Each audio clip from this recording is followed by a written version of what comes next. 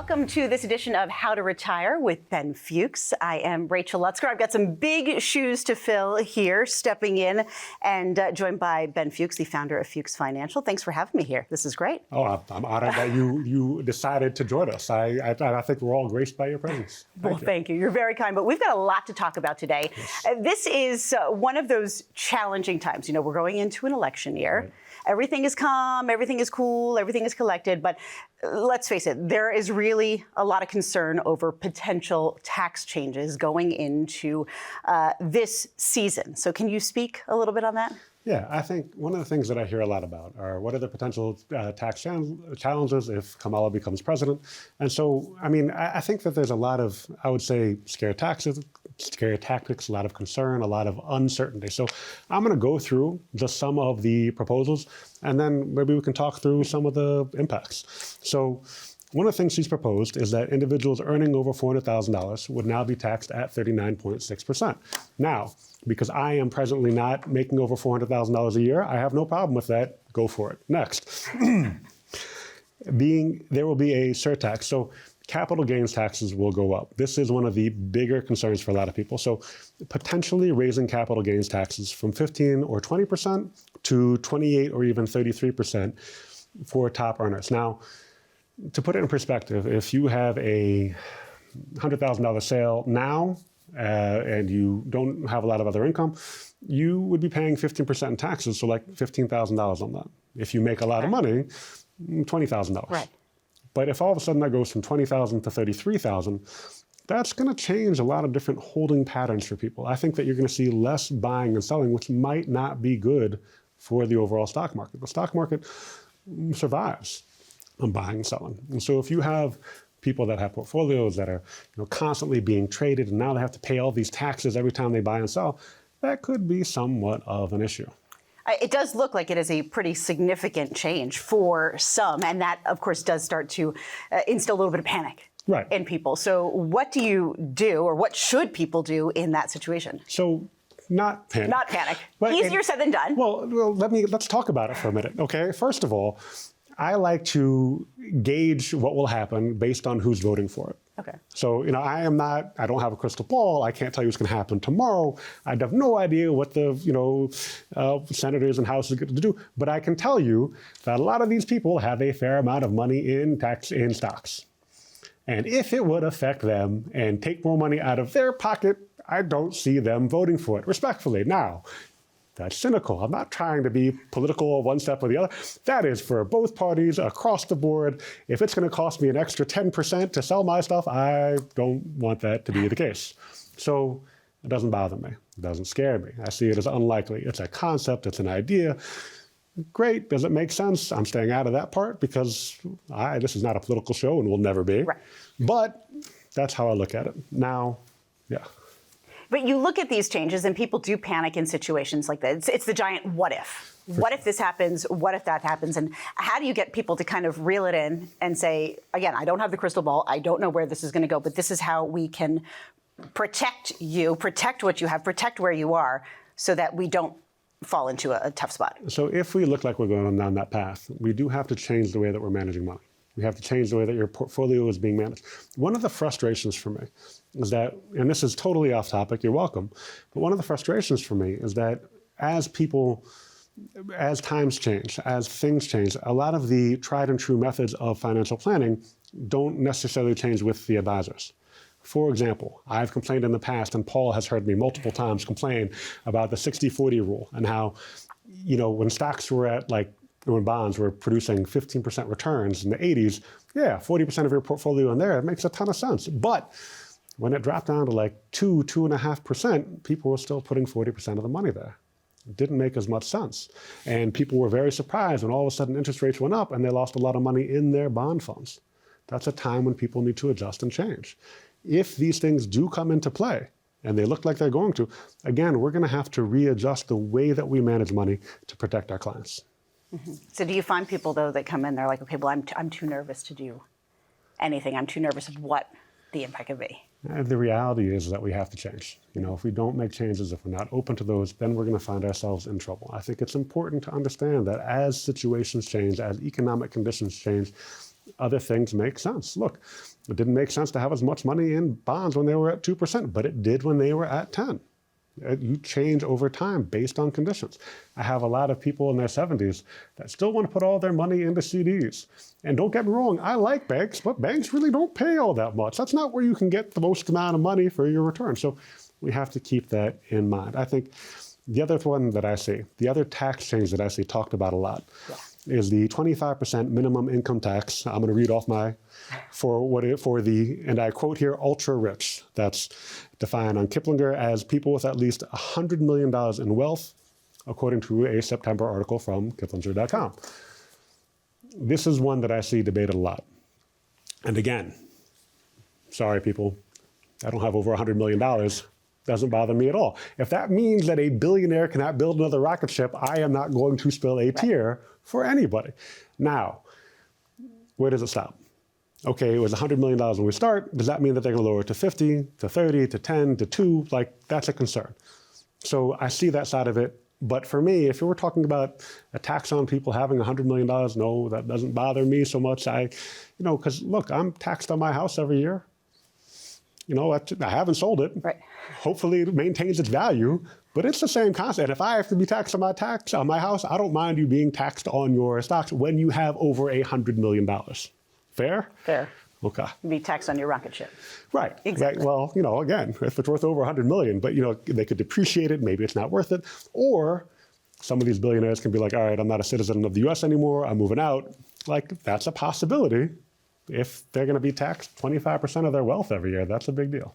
Ben, you want me to ask you some tricky questions here. We were chatting and you're throwing out some big terms and terminology and you're like, just ask me about it, Rachel. And by the way, just to preface this, people, let's keep in mind that when I asked Rachel to do the show with me, she was like, I know nothing about financial planning. Listen, why would you have me do this? I'm really good. We can chat and I can spend money. Right. Well, but at the end of the day, that's not really what I should be doing. I should be saving it for 3 children who want to go on to school and college and all of that stuff. They can take care of themselves. They'll be fine. Don't worry about them. You keep shopping. So I'm going to ask you a couple things that have popped out with me. You mentioned these things, and I go, I don't know what you're talking about, Ben. So, what is disinversion of the yield curve? You see it, you hear it. What is it? All right. So first of all, for someone like me. Okay, so this is why Rachel's on it, because if I can't explain it and Rachel doesn't get it, then I've got nothing. So first, an inverted yield curve, which is one of those things that I hear a lot right now, is basically when you have long-term rates getting less than short-term rates. So like a CD that would be for 6 months is paying a higher rate than a CD for 5 years. Okay. Right? And normally it's the opposite. Normally the longer you put the money there, the more income they'll give you. That's part of the deal. So inverted means that it's the opposite. And historically speaking, for a number of times, I think it's like 8 out of 9 times, or every time it's been a predictor of a recession, except for 1966 or some funky number like that, it has predicted a recession, except for what's happened since 2022, when we've had that inverted yield curve, when we've had that time when longer-term interest rates are getting less than short-term interest rates. So, what is a disinversion? Right, because I love this term. So disinversion. This question came up, by the way, because I saw an article from a company that rhymes with Bloomberg saying, hey, this could actually be the thing that caused the recession, this inversion. And all that really big syllabled word means is that things are getting back to normal. Okay. So now, it's great. Yeah, but they're saying, what's wrong? What's wrong with that? Well, that's the frustration for me, is that I feel like there's a lot of things where historically people are trying to scare you. Now, keep in mind, I aside from talking and joking, I do a little bit of research here, and what we found. And it was actually on a separate article by Bloomberg, and then investing.com had an article that talked about when you see a disinversion of the yield curve, you actually see returns on the S&P 500 average like just below 10%, like 9.8, 9. In that ballpark. Don't quote me exactly. I don't know the number off the top of my head. But if on average they tend to go up after this disinversion, then that seems like a positive thing for the average investor. And to try to get people to sell when they should have a historically higher rate doesn't make sense. Now, that being said, I'm not saying the market's going to go up by 10%. I have no idea, right? It could go down by 30 tomorrow. Who knows? But it's important that we the important thing is to have a plan, period. That's the frustration for me, is that I don't want people to get scared and sell. I don't want to get people to get overexcited and buy, right? 3, 4, 5 months ago, earlier in the year, you saw fear levels at their lowest, like historically since 2008 and 2007, which is crazy. And then the market had a nice, funky sell-off, right? So you see those things. Again, people aren't worried, they buy, people get scared, they sell. That's not how you want to react when you're doing financial planning. You want to have a plan for financial planning. That's the whole point of this. Yeah. And you have to be that level-headed, that even-keeled person to talk somebody off the ledge when they are in that panic mode and they see certain things. But with your, little bit of research that you're doing, you study these curves and you know we kind of where things are going. Yeah, well, I mean, to a point. Like, I can never tell you what's going to happen tomorrow. But the important thing for me isn't to say, hey, we've done research and here's what's going to happen tomorrow. It doesn't matter what happens tomorrow. You're going to be fine anyway. We're going to make sure that wherever the market goes, it's not going to affect the way that you live your life in retirement, so that you can still do all the things that you like to do, even if the market goes down by 30%. You're not going to be hurt by that. But what this all comes back to is having that plan. Right. And having that plan and knowing the steps that you need to take. And so many people are kind of maybe behind in getting that plan set up. I'll do it tomorrow. I'll wait. I don't have a lot of money. I don't need to worry about this, X, Y, and Z. I feel like you're one mistake or bad thing happening from, one medical emergency or one, job loss from being in a tough spot. And you need to make sure that you have that plan set up so that you don't find yourself in a tough spot. There are tons of stories that we have with clients, with people who called us after something happened. Because it's always, when the market goes down, that's when people say, oh, I shouldn't do this on my own. When the market's going up like crazy and they're seeing 13, 15, 16% returns on their 401k historically, they're like, oh, this is great. I'll just do this forever. No, you won't. Why? Because as you're in that stage, when you see these returns on your 401k, you're not worried about it because you're not reliant on the money. As you get closer and closer to retirement, into your mid-50s, into your late 50s, into your early 60s, when this money becomes more and more important, that's when the anxiety starts to come more and more. And our goal is to take that off the table. We don't want you to be stressed about managing your portfolio. We don't want you to have, my uncle used to have a beeper and a cell phone, and every time the market sneezed, he would change it, and it would be, Sunday morning, and he's checking, and he still has his Apple IIe and his DOS computer and whatever the latest thing. And to me, it was like, I don't want to live like that, and I don't want my clients to live like that. And so when we've had periods where, we've had COVID and the market drops by 33%, or we have 2022 and the NASDAQ falls by over 33% for the year, over 30% for the year, we don't have to worry. We can still have peace of mind that we're going to be okay, that our clients are going to be okay. We don't have to worry about it. And so for us, the important thing is having a plan. And whether that's figuring out when you take Social Security, or how to minimize taxes in retirement, or how to generate a paycheck for yourself from retirement, from all that money that you saved your entire life, that's where we're here to help you out. And then, of course, let's not forget, where does all this money go when you're not here? Right? We need to have income plan, a tax plan, an estate plan, an investment plan. Make sure you know what's going on for risk. We're happy to help you do that. That's what we do in the complimentary consultation. And we have offices in West Hartford and Middletown and Middlebury and Mystic. I got them all. You got them. You didn't but forget we can't do any of that unless you actually pick up the phone and give us a call. Ben, I want to talk about getting older because it's really fun, isn't it? Getting older is great. I mean, from the physical standpoint of it, but to also getting nervous about things and taking risks. I mean, certain things like I don't want to put on a pair of ice skates right now. The chances are I would hurt myself pretty bad. Risk kind of makes people risky things make people nervous as they get older. And I've heard as clients get older that they are willing to take less risk. Yeah. How do you see that in your practice? So we see it a lot. And there are a lot of different studies that have shown that as people get older, their ability to take on more risk and take on financial risk diminishes. And it gets, I guess, some studies have said like after 65, some people said at 55. I think for a lot of people, it depends on their financial situation and how much they think they can afford to risk. And so that becomes a concern. Eddie, one of the financial advisors in our firm, he recently met with a client who felt like everything should be in bond funds. She shouldn't take any stock market risk at all. She was terrified of it. She thought that would be awful for her. Well, first of all, respectfully, bond funds aren't really the answer to everything. There are a lot of other options that come down to when you take income, how to generate that, how to preserve your principal. There are lots of other things that we do, but for her, that was her biggest concern. So one of the things that Eddie was able to do when we use something that we call scenario-based planning, where we can put your scenario onto the screen and we can show you what happens when we take a little bit more risk, a little bit less risk, if we get a little bit higher rate of return over the next couple of years, and how we can navigate market crashes. So he was able to do that, and through that, show her how much risk she could actually take and help her get a longer rate of return over time. Now, you say, well, Ben, what happens if you do that and the market crashes the next day? Oh, well, that stinks. But we know that with the law of large number, over time, as long as she doesn't need to take from that money, she will have been put into a better position.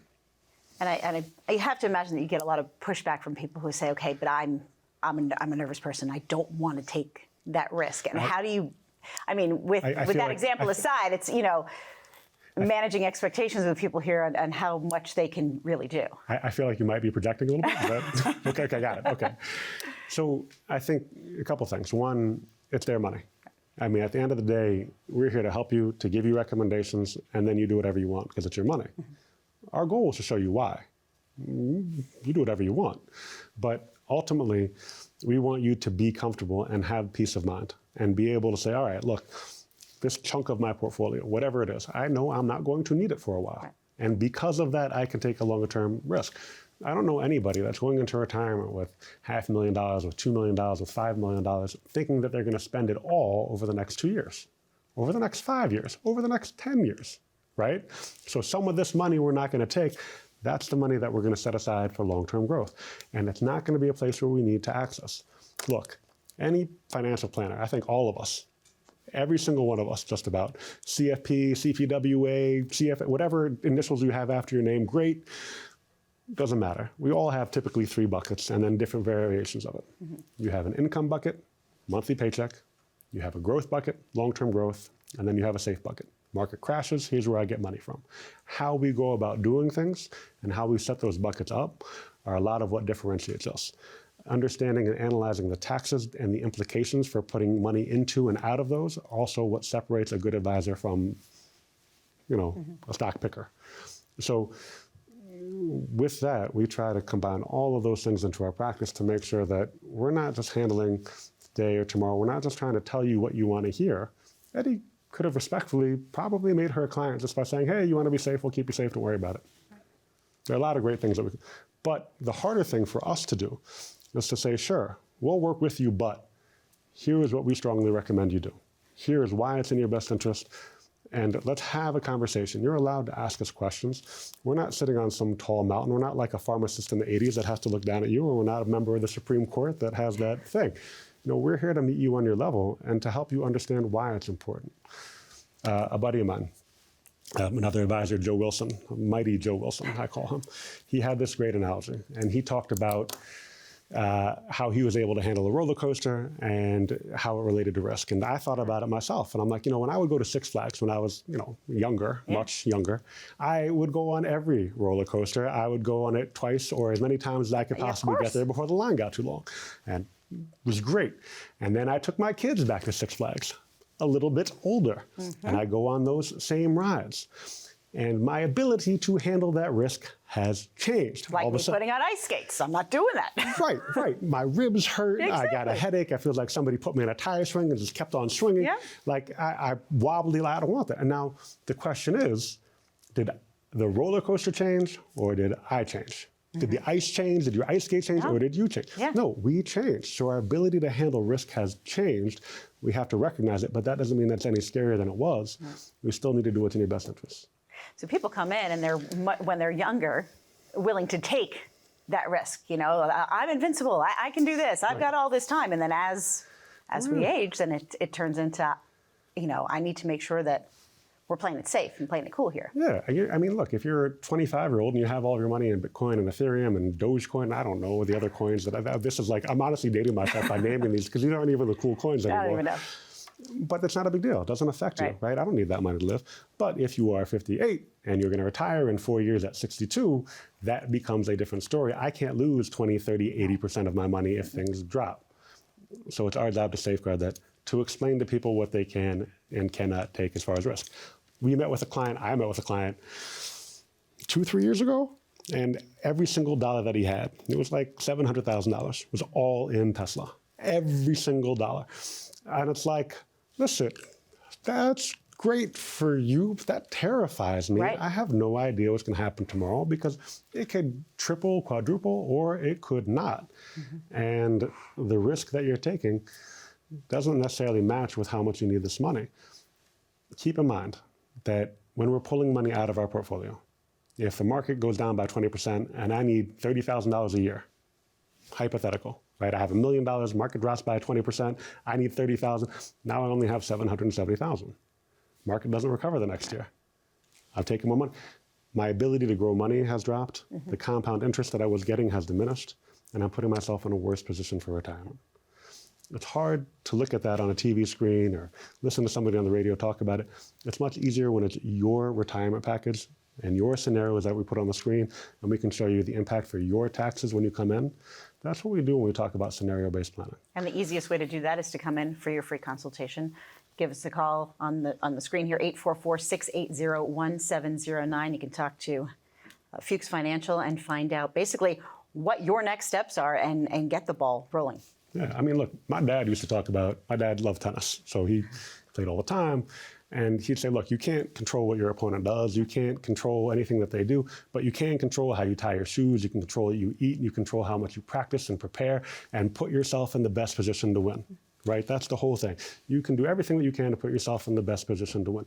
For us, that's all we're looking to do. Let's put you in the best position that we can for retirement. In order for us to help you do that, you have to give us a call. We have offices in West Hartford, in Middletown, in Mystic, and in Middlebury. You can talk to us by Zoom or by phone. Doesn't matter to us. We are happy to meet with you. But you do have to pick up that phone, 844-680-1709. If you don't do that, we can't help you. It's an easy phone call. It's a complimentary consultation, and you can get started today. It's that simple. It's that simple. All right, Ben Fuchs, founder of Fuchs Financial, thank you so much. It's been great sitting here chatting with you. And I'm sure we can talk about a whole bunch of other topics, which we'll get to another time. All right. Thank you all for joining us with How to Retire with Ben Fuchs and Fuchs Financial. I'm Rachel Lutzker, and we'll see you next time.